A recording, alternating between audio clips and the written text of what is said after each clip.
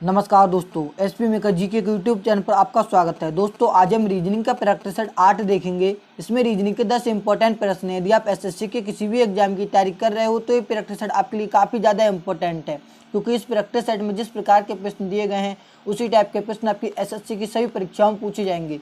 तो चलिए दोस्तों स्टार्ट करते हैं प्रश्न नंबर 1 से। दोस्तों हमारा पहला प्रश्न है, नीचे दी गई श्रृंखला में अगली संख्या ज्ञात कीजिए। इसमें दोस्तों हमें बताना है क्वेश्चन मार्क की जगह पर कौन सी संख्या आएगी। दोस्तों आपकी एसएससी की परीक्षा का प्रश्न पूछा गया है, तो देखेंगे इसको हम कैसे सॉल्व करेंगे। यहाँ पर देखिए 4 से 10 हो रहा है दोस्तों, तो कितना ऐड हो रहा है यहाँ पर दोस्तों 6 ऐड हो रहा है। आगे बढ़ेंगे दोस्तों 10 से 22 हो रहा है, यहाँ पर दोस्तों 12 ऐड हो रहा है। 22 से 46 हो रहा है, यहाँ पर दोस्तों 24 ऐड हो रहा है। अब हम देखेंगे इसमें हमारा क्या पैटर्न निकल के आया। सबसे पहले हमने 6 को ऐड किया, फिर 12 को ऐड किया, फिर 24 को ऐड किया। अब अगले वाली संख्या प्राप्त करने के लिए हमें क्या करना होगा, 48 को ऐड करना होगा। क्यों 48 को ऐड करना होगा? क्योंकि दोस्तों हर बार यहाँ पर डबल ऐड हो रहा है। यहाँ पर देखिए 6 का डबल कितना 12, 12 का डबल 24। अब हमें क्या करना है, क्वेश्चन मार्क की जगह पर संख्या प्राप्त करने के लिए यहाँ पर 24 का डबल यानी 48 को ऐड करना पड़ेगा। जवाब दोस्तों 46 में 48 को ऐड करेंगे तो आप देखेंगे यहाँ पर 8 और 14, 4 4 8 और 1 9, यानी दोस्तों कितना 94 निकल के आ जाएगा। यानी दोस्तों इस क्वेश्चन मार्क की जगह पर कौन सी संख्या आनी चाहिए, 94 आनी चाहिए, तभी दोस्तों हमारी जो श्रृंखला है वो कंप्लीट होगी। तो दोस्तों अब आप देखेंगे 94 कौन सा ऑप्शन में दिया गया है, 94 यहाँ पर ऑप्शन नंबर डी में दिया गया है, तो यहाँ पर हमारा सही जवाब हो जाएगा ऑप्शन नंबर डी। अगला प्रश्न दोस्तों देखेंगे प्रश्न नंबर 2, दी गई श्रृंखला में अगली संख्या ज्ञात कीजिए। इसमें भी दोस्तों हमें बताना है क्वेश्चन मार्क की जगह पर कौन सी संख्या आएगी। दोस्तों आपका इंपॉर्टेंट प्रश्न है एसएससी परीक्षा के लिए। यहाँ पर देखिए दोस्तों सबसे पहले 33 से 28 हो रहा है, 28 से 24 हो रहा है, यहाँ पर क्वेश्चन मार्क है, फिर 19 हो रहा है, फिर कितना 18 हो रहा है। हमें सबसे पहले तो इसमें पैटर्न पता लगाना है कि श्रृंखला में क्या पैटर्न हमारा यहाँ पर अप्लाई हो रहा है। यहाँ पर आप देखेंगे 33 से कितना 28 हो रहा है, यहाँ पर दोस्तों माइनस हो रहा है, कितना कम हो रहा है दोस्तों 5 कम हो रहा है। 28 से 24 हो रहा है, यहाँ पर दोस्तों कितना 4 कम हो रहा है, कितना दोस्तों 4। यहाँ पर आप देखेंगे यहाँ पर कितना कम हो रहा है 19 से 18, यहाँ पर दोस्तों 1 कम हो रहा है। अब हम देखेंगे यहाँ पर क्या पैटर्न हमारा यहाँ पर निकल के आया। यहाँ पर 5 कम करे 4 कम करे, अगर हम यहाँ पर 3 कम करके देखते हैं तो दोस्तों 3 कम करेंगे तो कितना हो जाएगा, 24 में से 3 कम करेंगे कितना रह जाएगा 21। यानी तो क्वेश्चन मार्क की जगह पर 21 संख्या रखने पर 21 आ गया। अगर 21 में से हम 2 कम कर देंगे तो यहाँ पर हमें 19 देखने को मिल रहा है। दोस्तों हमारा यहाँ पर पैटर्न समझ में आ चुका है। पैटर्न दोस्तों क्या था, +4 -4 -3 -2 -1, इस प्रकार का पैटर्न इसमें लग रहा था। दोस्तों आप लोगों ने क्वेश्चन मार्क की जगह पर कौन सी संख्या निकाली, क्वेश्चन मार्क की जगह पर दोस्तों संख्या निकल के आ गई 21। दोस्तों अब आप देखेंगे 21 कौन सा ऑप्शन में दिया गया है, 21 दोस्तों यहाँ पर ऑप्शन नंबर ए में दिया गया है, तो यहाँ पर हमारा सही जवाब हो जाएगा ऑप्शन नंबर ए। उम्मीद करता हूँ दोस्तों ऐसे प्रश्न हम गलती नहीं करेंगे। अगला प्रश्न दोस्तों देखेंगे प्रश्न नंबर 3, किसी कूट भाषा में ABC को DEF लिखा जाता है तो उसी कूट भाषा में XYZ को कैसे लिखेंगे। ये दोस्तों हमारा इंपॉर्टेंट प्रश्न है कोडिंग डिकोडिंग से संबंधित, और दोस्तों एसएससी MTS परीक्षा का प्रश्न आपका पूछा गया है। तो देखेंगे आप इसको हम कैसे सॉल्व करेंगे। सबसे पहले हमें इसमें पता लगाना हो कि इन्होंने जो शब्द दिया है इन्होंने इसको किस प्रकार लिखा है। इन्होंने शब्द दिया है ABC, ABC लेटर देखिए इन्होंने क्या लिखा है, इसको लिखा है DEF। सबसे पहले हमें यही पता लगाना है कि इन्होंने इस प्रकार कैसे लिखा। अब आप सबसे पहले करेंगे इसकी नंबरिंग, ए आपका 1 पर आ जाएगा, बी आपका 2 पर आ जाएगा, सी आपका 3 पर आ जाएगा, डी आपका 4 पे, ई आपका 5 पे, एफ आपका 6 पे। अब हम देखेंगे इसमें हमारा क्या पैटर्न अप्लाई हो रहा है। यहाँ पर आप देखेंगे दोस्तों 1 से कितना हो रहा है 4, यानी दोस्तों +3 हो रहा है। 2 से 5 यहाँ पर भी दोस्तों +3 हो रहा है। 3 से 6 यहाँ पर भी दोस्तों +3 हो रहा है। यानी दोस्तों अब हमें पैटर्न इसमें समझ में आ चुका है। पैटर्न दोस्तों क्या है, पैटर्न सबसे पहले आपको दोस्तों इसमें सिर्फ पैटर्न ही पता लगाना होता है। उसके बाद आपसे जो पूछा गया है उसका उत्तर आप बड़े आसान तरीके से दे सकते हैं। हमसे दोस्तों क्या पूछा गया, XYZ को कैसे लिखा जाएगा, तो बड़ा आसान है। सबसे पहले इसकी नंबरिंग करेंगे 24 25 26। अब हम क्या करेंगे, सब में 3 प्लस कर देंगे, क्योंकि दोस्तों इसमें भी हमने 3 प्लस करा था। 24 में 3 को ऐड करेंगे कितना 27, 27 पे दोस्तों कौन सा लेटर निकल के आ जाएगा, 27 पे आप यहाँ पर देखेंगे 27 226 पे आपकी ABCD खत्म हो जाती है। 27 पे आपका अगेन यहाँ पर ए निकल के आ जाएगा। इसमें दोस्तों जब आप 3 को ऐड करेंगे 25 में 3 ऐड करेंगे कितना हो जाएगा 28, 28 पे दोस्तों आपका यहाँ पर बी निकल के आ जाएगा। आगे बढ़ेंगे यहाँ पर इसमें 3 ऐड करेंगे, यहाँ पर कितना 26 में 3 ऐड करेंगे कितना हो जाएगा 29, 29 पे दोस्तों अगेन आपका यहाँ पर सी निकल के आ जाएगा, क्योंकि दोस्तों ABCD क्या है 26 पे खत्म होकर दोबारा से आप रिपीट करेंगे तो ये आपका 27 पर आ जाएगा, बी आपका 28 पर आ जाएगा, सी आपका 29 पर आ जाएगा। तो इस प्रकार से हमारा सही जवाब निकल के आ चुका है ABC। अब आप दोस्तों देखेंगे ABC कौन सा ऑप्शन में दिया गया है, यहाँ पर ऑप्शन नंबर ए में दिया गया है, तो यहाँ पर हमारा सारा सही जवाब हो जाएगा ऑप्शन नंबर ए। उम्मीद करता हूँ दोस्तों ऐसे प्रश्न गलती नहीं करेंगे।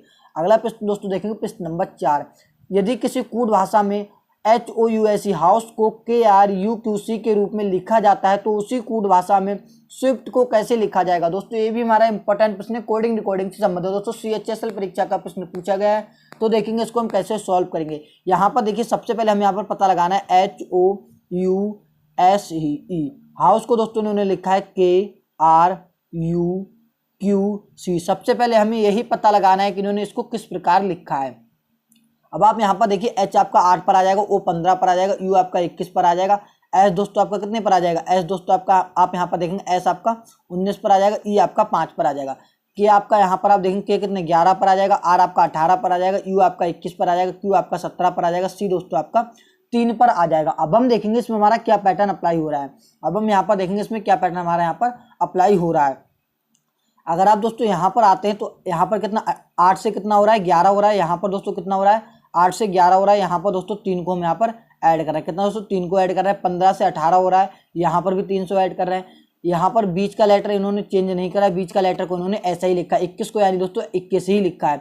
यहाँ पर आप देखेंगे दोस्तों 19 में से 2 कम करेंगे कितना 17, यहाँ पर दोस्तों 2 कम हो रहा है, 5 से 3 हो रहा है, यहाँ पर भी दोस्तों 2 कम हो रहा है। ऐसे बीच वाले लेटर को उन्होंने वैसा ही करा। सबसे पहले यहाँ पर +3 का पैटर्न अप्लाई किया, यहाँ पर -2 का पैटर्न अप्लाई किया। अब इसी पैटर्न के आधार पर हम बताएंगे जो हमसे पूछा गया दोस्तों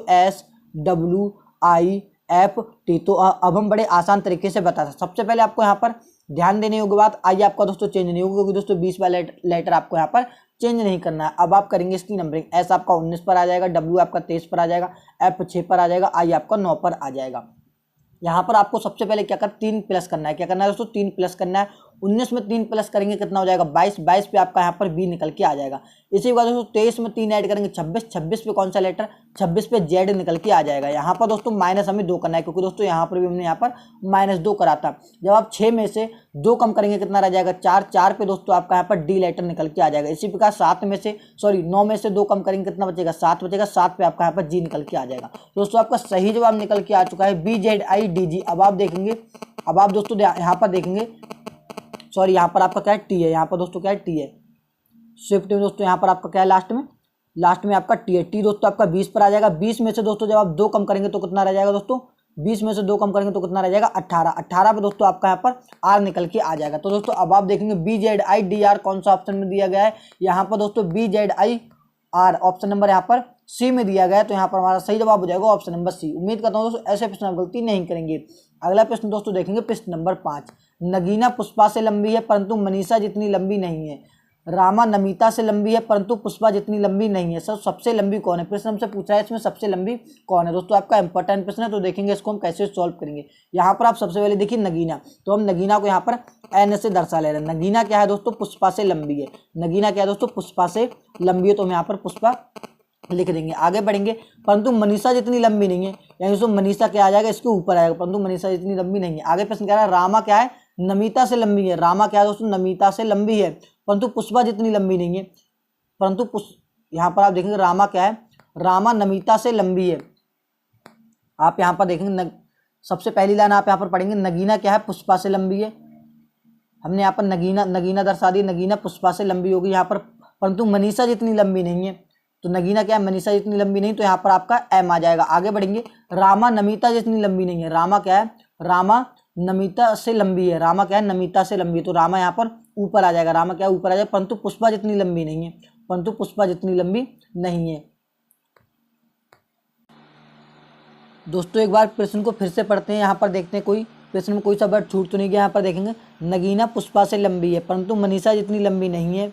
रामा नमिता से लंबी है। यहाँ पर आप दोस्तों ध्यान से देखें तो यहाँ पर नमिता नाम है, यहाँ पर नगीना। तो दोस्तों यहाँ पर क्या है, यहाँ पर ये अलग अलग, मैं यहाँ पर क्या समझ रहा था दोस्तों, इनको एक ही समझ रहा था, तभी दोस्तों आपका यहाँ पर उत्तर नहीं आ रहा। तो इसको हम क्या करेंगे, यहाँ पर दोबारा से इसको हम यहाँ पर सॉल्व करेंगे। यहाँ पर देखेंगे, नगीना पुष्पा से लंबी है। नगीना क्या है दोस्तों, नगीना क्या है दोस्तों पुष्पा से लंबी है। नगीना क्या है दोस्तों लंबी है किससे, पुष्पा से।